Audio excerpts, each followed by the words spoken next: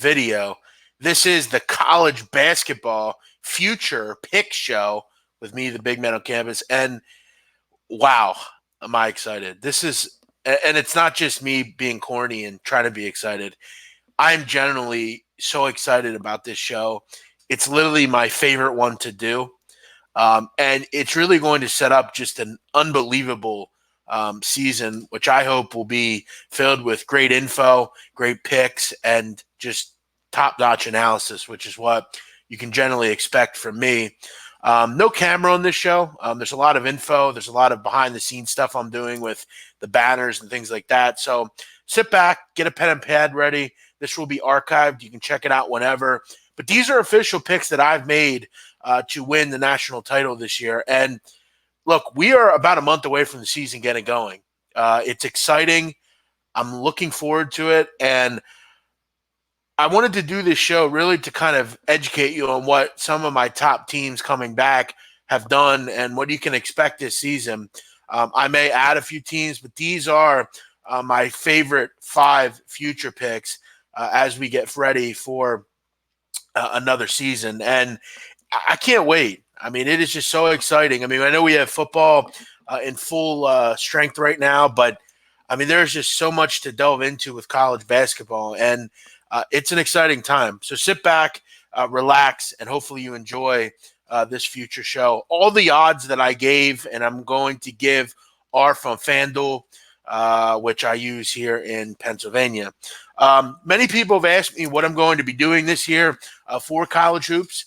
And for most of it, it's going to be involving my picks, selling that information, and my YouTube channel, which I'm on right now. We'll get back to the 5 o'clock show as far as it can be permitted. I may have some other things as well, some pick podcast sort of things with some other areas. So we'll kind of delve into that as we get closer and closer to the season. But let's jump into it. I got 5 picks for you, 5 futures that I've already bet on that I'm very excited about, and let's get into them. I'll give you basically what I have 3 kind of blue bloods, 1 team that I'm really high on, and then a 5th team that I think has incredible value at the price, which is close to 100 to 1. So let's get into it. My first pick, and to me, a number that I thought was just a bit too high, was Duke. And I grabbed them at 9 to 1. Obviously, Duke is a team that every year vows for contention to win the NCAA tournament. Last year, there was so much hoopla around this team. Zion Williamson and R.J. Barrett and all these kids that were just so talented. And look, they came up just short. But that hoopla is now gone. And what comes in is really a team that I think when it's all said and done is a better all-around team than that group. And obviously up at the top, it's the one player you return, and I'm so excited for him, is Trey Jones. I think at times last year he was a little tentative. I think at times this year he really fell into just a role of I think he was down on himself for a lot of the season. I think coming back this year, it's his basketball team now. The hoopla's kind of gone, and he could be that facilitator that I think Mike Krzyzewski, and we all know he can be, kind of following his brother's footsteps, who now plays in the NBA, in Tyus Jones. The problem that Trey Jones had last year as well is teams were so into just letting him shoot. They basically hugged off him. They had no interest in guarding him. He couldn't make threes. From what I understand, he worked really hard in the offseason and improving that. I mean, you look at last year, Trey Jones shot just 26% from 3. Teams basically dared him to shoot the basketball. And he was a real problem for them late in the season because it basically allowed other defenses to basically not guard him, and basically help with Barrett and or Williamson. You also look at some of the guys coming in for this team, and there's just so many amazing points of what they have on this team because you look at everyone and where they fit, they just all kind of make sense. Cassius Stanley and Wendell Moore, 2 6'6" pogo sticks that really defend as opposed to you being that unbelievable scorer. Now, you look at Moore. He's a guy that I think is really going to kind of be in that 3 role for Duke and really be that kid that is going to lock down the best player on the opposite team. Cassius Stanley, a high riser, could be one of the most athletic players in the country, and a kid that I think at the next level people are salivating over. He'll fill that 2 role for them. Both these kids are McDonald's All-Americans. They have unbelievable wingspans. As far as athletes are concerned, Cassius Stanley could be the best in the country. So when you're looking at 1, 2, 3 for Duke, you're going to have a facilitator in Jones, a defensive specialist in Moore who can clean up around the rim, and then Cassius Stanley, who's more of a, high riser, can get into the lane, create, dunking ability, his leaping abilities. And then obviously you look at the bigs, and this is where I'm really excited for Duke because I think for a long time they've really needed that kid that can really kind of be a 3-4 mix that really can come off screens and hit shots. They had it last year, but they didn't have it last year. And I think Matthew Hurt really fills that void for Duke. They desperately need that sort of player. Not a John Shire type, but a John Shire type. You know what I mean? He needs to be the X factor for them because he can come off screens. He could be that, stretch 4 they need to be efficient. And he's going to knock down shots. He's a sharpshooter. He's what they need at that 4 position. And obviously the big boy, Vernon Carey, who has Zion-like features. He's a linebacker-built type of player. Obviously his father played at the next level in the NFL. He's a guy that can not only shoot the basketball, but he's going to give them such a low post threat. We also have to remember Javin DeLaurier. He's back. Also, Alex O'Connell, he's back as well. Jack White, and then Jordan Goldwire, the junior guard. So, you look at this team from top to bottom, there's just so much talent just oozing out of Duke. And they're just a team that for me, I can't not include. I would have put them more at like 7 or 8 to 1. I think they're the co-favorite right with Michigan State. For me, though, Duke at 9 to 1, you may even be able to get a better price. It's just not. It's just too high, and Duke is going to be a bet for me at FanDuel. The next team that I'm interested in is the rival of Duke, and it's UNC at 15 to 1. You talk about another price that's just, I think, just too high is North Carolina. I would have placed them more around 12 to 1, 11 to 1. This is too high. And this is a nice middle tier future that you can invest $200-$300 in, and you have a really nice payout towards the end of the season for any of those bettors that are kind of mid tier, grinded out, week to week, day to day bettors. When it comes to offense, and you can quote me, there is no better team in the country than UNC going into the season. They're going to score 90 points a game. They may even push 95 points a game. I think that's how good they're going to be offensively. And we all know what they do offensively. It's we want to go a mile a minute. We want to go up tempo. We want to go as quick as we can, push tempo, crash the glass, clean up misses. Be one of the better rebounding teams in the country. And there's no recruit that I think made more sense for the team he was going to than Cole Anthony. I think Cole Anthony has the ability to be the freshman of the year in college hoops this year.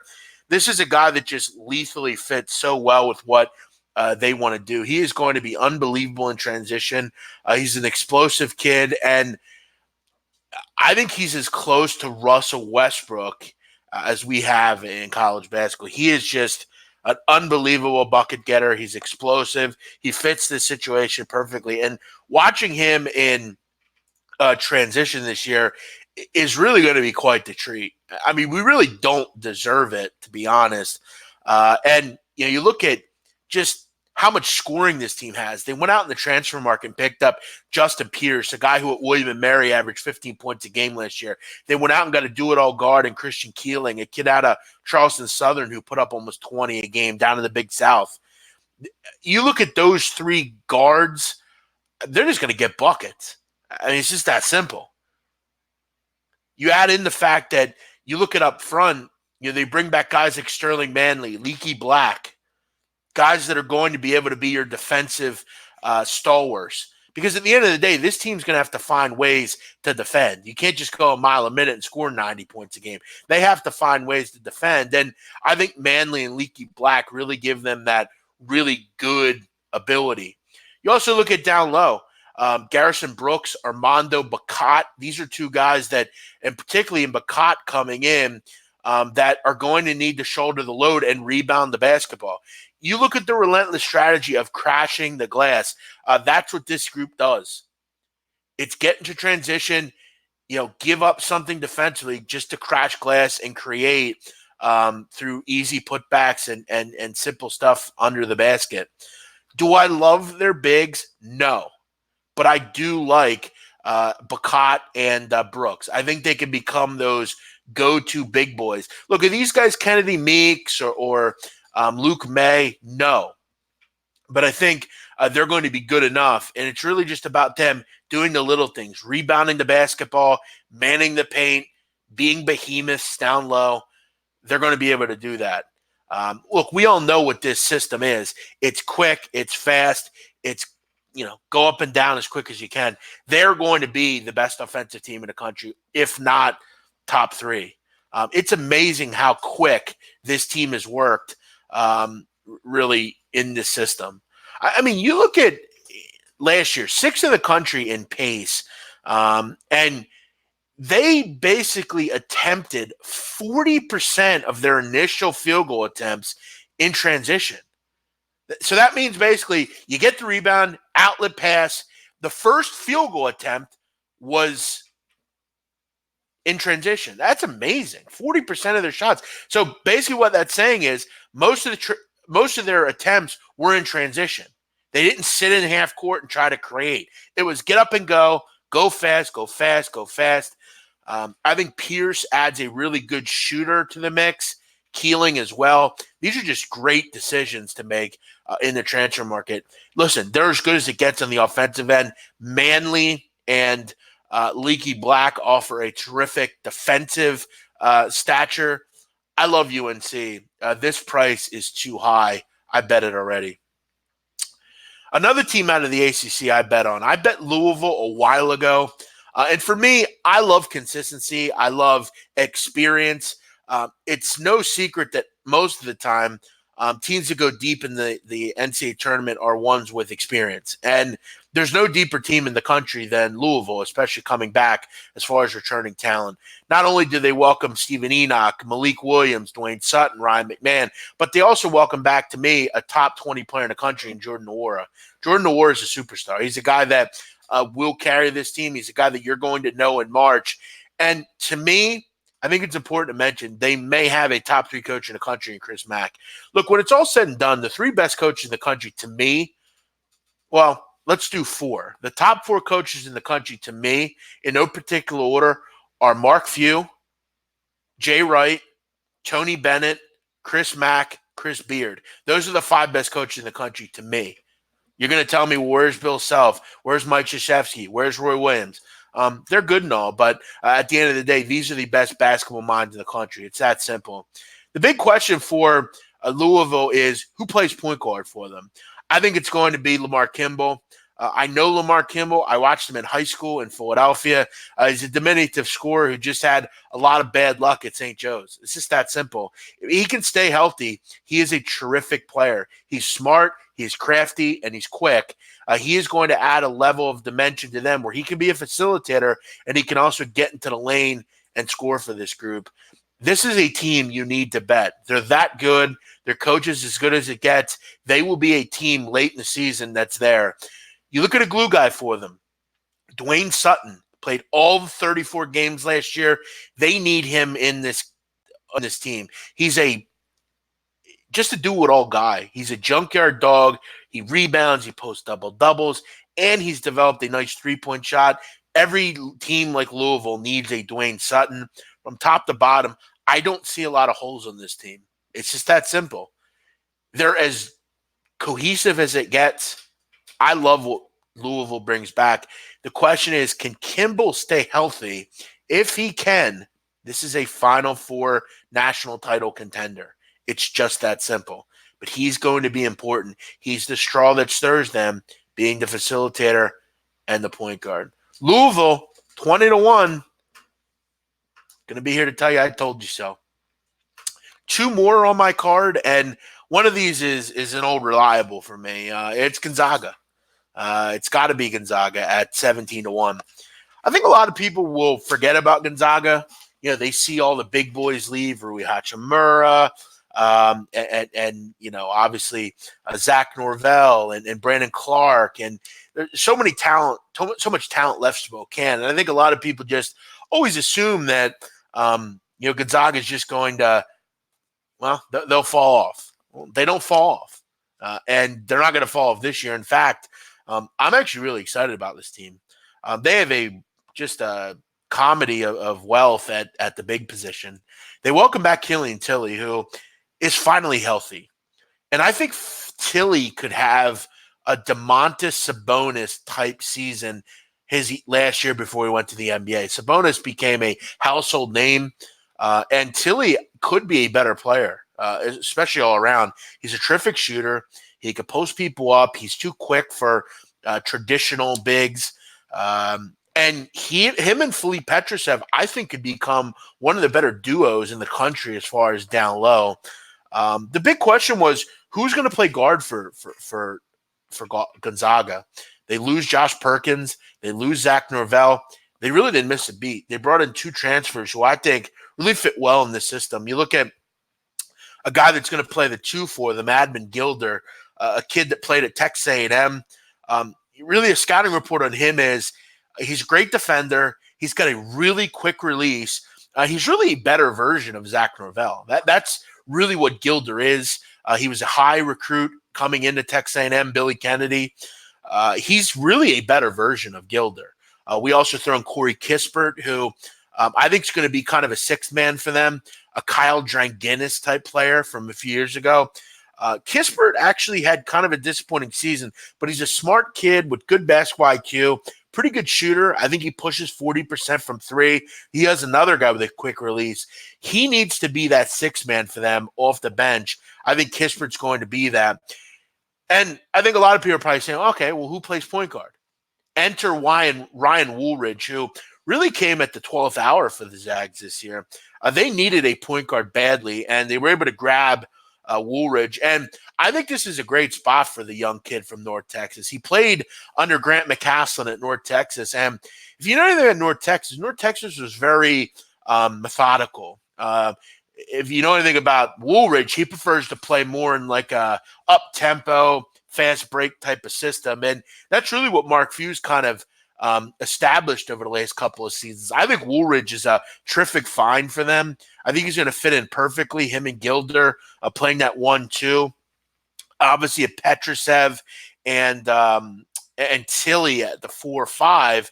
The big question for the Zags is who plays the 3? And there's really so many different ways you can go with it just because there's so much young talent on this team. Mark Few does a great job at really going out internationally and finding a ton of talent. And my pick to play the 3 probably might be Kispert, but it could also be Joel Ajayi, the freshman, who really was unbelievable this offseason in the summer playing for France. He was really exciting to watch. I mean, just a do-it-all Frenchman that you can attack, he can defend, he can shoot. And that's what you love. These kids are pros. They can come in and play right away. They have the professional abilities. You look at depth. I mean, you have Drew Chimmey, Anton Watson. You have guys that are ready to come in and go to the next level pretty quickly. I mean, Anton Watson, a freshman, a 6'10 freshman, he's a guy that I think next year could have an NBA type of season. He could be a lottery pick in 21, 22. There's just a lot of talent here. They reload. They bring back guys that are going to contribute right away. Look for Tilly to have an All-American type season. And at this price, the Zags, from their ability to be consistently good, it's hard to not play Gonzaga. I think they don't miss a beat. They will win the WCC. And they'll make a deep run into March, as usual, with a top 4 seed. All right, my long shot. And I may add to this. I have other teams that I'm high on as well, but they come out of the Big East. And if you're looking for value, Xavier to me is, I'm not really sure how they're not part of someone's portfolio when looking to add a future. To me, Xavier is a top 20 team. They're a top 20 team at 90-1. And you look at this team, okay? Last year was a kind of an odd season for Xavier because it was the first year for Travis Steele. Now, I think we need to remember Travis Steele was Chris Mack's disciple. He was Chris Mack's second in command. Mack leaves, enter Steele. It was his first year. There were some hiccups. But this is still a guy that can coach. And you look at towards the end of the season, Xavier was terrific. I mean, they were so good. They found ways to defend. And that was the big thing with him. He wants to establish a pack line defense. They have the ability, I think, this year to be one of the better defensive teams in this league. I don't know if they're Providence defensively, but I think coming back, they're going to have a really good defensive look. You look at on the final 11 games, their defensive efficiency was 93.2, which is top 20 in the nation. They went from nearly 200th in the nation to basically over the final 11 games, top 20. This team really came on like gangbusters late in the season. So you're asking me, okay, who did they return? They returned every player from last year outside of two guys. And you look at last year, the guys that are returning, Quentin Gooden, Paul Scruggs, Najee Marshall, and Tyreek Jones. These kids combined for over 50 points a game. 23 boards, 12 assists, 4 steals, and 2 blocks. That's what this group of 4 consists of. They're veterans, they know how to win, and they all have a role. Quentin Gooden, your facilitator. Paul Scruggs, a scorer, a slasher, gets to the hoop, creates. A Trayvon Blewett type of player. You look at the bigs, Tyreek Jones, he averaged 11 and 8 last year. Najee Marshall, a guy that had a little too much expectation last year. They wanted Najee to come in and be that go-to guy, the big-time player on this team. He wasn't necessarily that. But when he played last year, they were really good. It's that simple. And you look at over the final 6 games of the season for Marshall, who battled injuries all year, 19 points a game. He shot 44% from the field and 37% from 3. And over those final 6 games, Xavier was 5-1 with him in the lineup. He's fully healthy. Don't be surprised if Najee Marshall is a top 5 player in this league.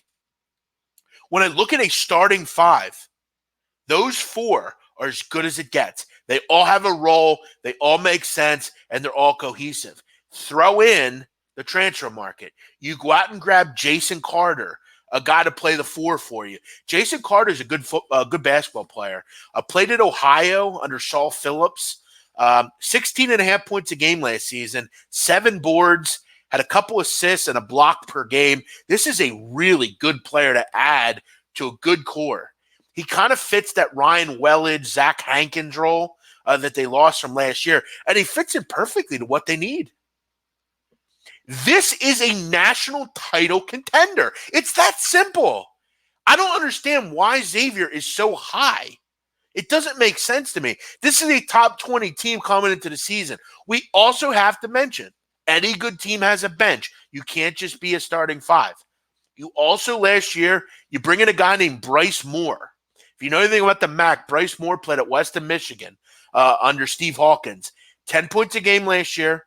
He's a redshirt senior. This is his final season to turn in. And this is a good 6-man to have on your team. A 6'2 water bug, diminutive guard that can go get into the lane. He can score for you. He can distribute a little bit, and he can shoot the ball. Bryce Moore is an important player to have because he can spell the likes of Gooden and Scruggs. You need this kind of player when you win at the next level. And you look at last year, Moore, the guard out of Indianapolis, 39% from 3 in 31 minutes.